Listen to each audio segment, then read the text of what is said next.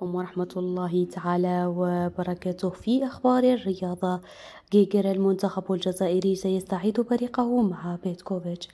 أكد المدرب السويسري ألين جيجر ثقته الكبيرة في استعادة المنتخب الوطني لبريقه تحت قيادة الناخب الوطني الجديد فلاديمير بيتكوفيتش.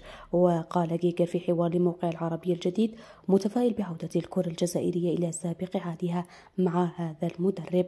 كما أضاف: لكن يتوجب على أسرة كرة القدم أن تمد له يد العون، فهو لا يمتلك كثير من المعلومات عن أجواء الكرة الإفريقية التي لها خصوصيتها.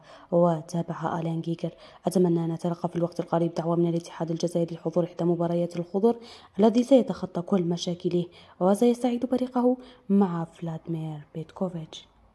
لمزيد من الأخبار نواتيكم بها تابعونا.